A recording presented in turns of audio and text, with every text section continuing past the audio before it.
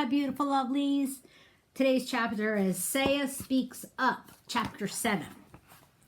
On Friday afternoon, Saya's father, Mr. Nasiri, picked us up after school. He had a friendly smile and gentle eyes, but he was as quiet as his daughter. Saya lived in a tall building, so Mr. Nasiri carried my cage up 1, 2, 3 flights of stairs to their clean and quiet apartment. Mrs. Nasiri opened the door for us. She spoke to her husband and daughter, but I couldn't quite exactly understand what they were saying. "Hummy, hummy!" a little voice called out. Saya's little brother, Derek, toddled toward the door to greet me. "Say Humphrey," Saya gently corrected him. "Hummy," he said. The Nasiris put my cage in the living room and right in the middle of the big table. Then they pulled up chairs so they could all sit and stare into my cage. It seemed as if they were waiting for something to happen, so I decided to give them a show. First, I spun on my wheel for a while. Then I walked up the side of the cage and dived down into a pile of soft paper. They were obviously impressed with my performance as they talked quietly. The funny thing is, I couldn't understand a word of what they were saying.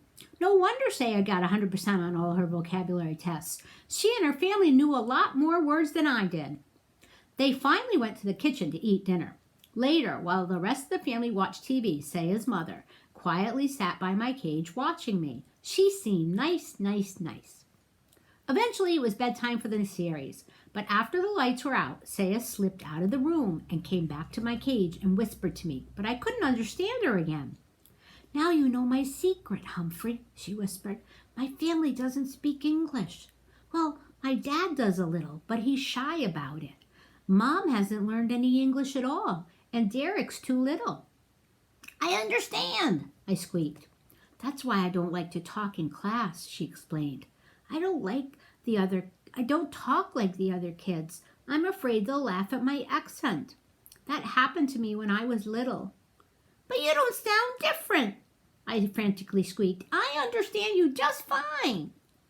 Unfortunately, she didn't understand me. All she heard was squeak, squeak, squeak. I guess maybe I have an accent too.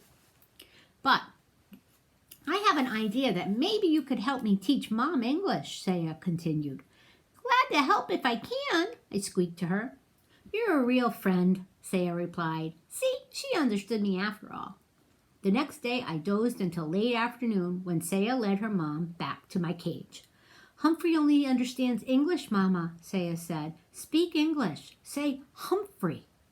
Saya's mom looked a little frightened, but she tried. "Humphrey," she said. "Hummy!" Derek cried as he raced into the room and climbed into his mother's lap. "Say hello, Humphrey," Saya gently instructed her mother. "Hello, Humphrey," Miss Nasiri said. I squeaked, "Hello!" right back, and she broke into a huge smile. "Hello," she said. "Good job," I said. Well, things went swimmingly from there on. In a matter of hours, Saya's mother was saying, "How do you do?" "Nice to meet you. Would you like some water?" "I did, thank you." Even when Saya and Derek left to go to the store with their father, Mrs. Nasiri kept on talking. I let her know I understood what she was saying by wiggling my whiskers and hanging by one paw from the top of my cage. "Good boy, Humphrey," she said. Saya and her father were amazed at Mrs. Nasiri's progress when they returned. The family spent the rest of the evening practicing English. First, Saya pretended to be a guest at the door. She went down into the hall and knocked. Her mother opened the door. "Hello, Saya," she said. "Won't you come in?" Then Derek went out and knocked. Mrs. Nasiri opened the door and said, "Hello, Derek. Won't you come in?"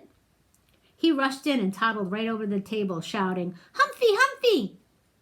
Next, Saya convinced her dad to practice English with Mom. "What time is it?" asked Mrs. Nasiri. What time it is?" asked Mrs. Nasiri. "What time is it?" Saya corrected her. Mrs. Nasiri got it right the second time. Then Dad looked at his watch. 7:15, he answered. "Would you like some tea?" Mrs. Nasiri asked. "Yes, please. I would like some tea," Mr. Nasiri answered. Guess what? They had a tea party right on my table. As a reward for all their hard work, I spun my wheel as fast as my legs could go, and they all cheered. Later, after the lights were out, Saya slipped out of her room to talk to me again. "Thank you, Humphrey," she whispered. "My mom says she's ready to go to English class now. But I wish you were the teacher." "So do I squeaked, and I meant it. There were more English lessons on Sunday, and Saya showed Derek how to clean out my cage. Suddenly, the little boy began to giggle. "Humphrey, poop!" he yelled. His English was improving, too. On Sunday night, Saya gathered her family together. "I want to teach you the American songs," she said.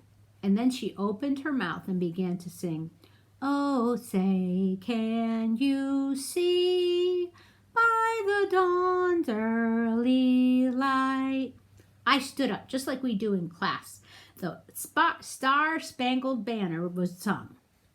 But I'd never heard it sung like that before. Saya had the most beautiful voice in the world. Not like Graham's. It was like a gentle breeze, like no rippling waters. No, it was beautiful. It was, if only our classmates in room 26 could hear her, which gave me the start of an idea. But I didn't have time to think much at all because soon the whole family was singing the Star-Spangled Banner, and I squeaked right along with them, even on the high notes. When they got back to school on Monday morning, though, I was a little disappointed. Mrs. Brisbane asked Saya how things went over the weekend. "Fine," Saya said, and nothing more. Like Ms. Mack said, you can learn a lot about yourself by getting to know another species. But boy, sometimes it's a lot of work. That Monday, I sat in my cage worrying about Saya for quite a while before I dozed off. When I woke up, I noticed that room 26 had changed. The bulletin board was covered with brightly colored leaves. The tops of the chalkboards were lined with big paper witches, ghosts, and skeletons. Hanging from the light fixtures were black crepe paper bats. Then I looked at my right and I gasped. A horrible, huge orange face with an evil grin was staring back at me. I jumped back, my heart pounding. "Hey, Humphrey, don't you like old Pumpkinhead?" AJ whispered to me from his seat. "Look, Humphrey's scared of a little old jack-o'-lantern," Gar said. "Scaredy cat, scaredy hamster." I stood up straight and looked as unscared as possible. "Quiet, Garth and AJ," said Mrs. Brisbane. Then she quickly returned to her math problem that she was writing on the board. Suddenly, you noticed a little movement in the center of the room. And I'm getting interrupted by somebody. Grampy, I'm recording for Florence and Lewis. Do you want to say hi? Hi guys, how are you? What do you need, Grampy? Well, I want to know if you want your pizza order tonight, Yes. because I'm going to go return stuff at Lowe's and then I'm going to go there. Okay. Grandma always loves pizza. All right. Bye, Grampy. Bye-bye, guys. All right. Where was I before I was so interestingly interrupted? Oh, yes. Mrs. Brisbane was telling the boys to quiet down. Then she quickly turned to the math problem that she was writing on the board. And suddenly I noticed a little movement in the center of the room. A murmur, a change. I looked over and yes, Saya had her hand up. Everyone noticed it except Mrs. Brisbane, who had her back to the rest of us. "Mrs. Brisbane!" Heidi called out. Without hesitating, the teacher said, "Raise your hand, Heidi." Now Heidi had raised her hand as well as Saya's. "Well, what is it?" Mrs. Brisbane turned to face the class and was obviously surprised at what she saw. "Yes, Saya," she said. In a loud, clear voice, Saya said, "May I move the pumpkin away from Humphrey's cage?" Mrs. Brisbane looked from Saya to the cage and back. "Yes, I guess it's a little close. Thank you, Saya." Saya rose and hurried to my table to push that ugly old jack-o'-lantern away. She didn't say a word, but she winked at me, and I knew what she meant. "Heidi, did you want to say something?" Mrs. Brisbane asked. "Not anymore," she said. Everything went back to normal until the bell rang for recess. As my classmates all scattered and ran toward the door, Garth paused by my cage. "Scaredy cat," he muttered. Then he moved the pumpkin right up against my cage again. I puffed up my cheeks as big as I could get them. It was going to be a very long day. Tip 7. When hamsters feel intimidated, they often puff up their cheeks. Do I look intimidating? I don't know. That's the end of today's chapter. I'll see you tomorrow. Good night, my loves.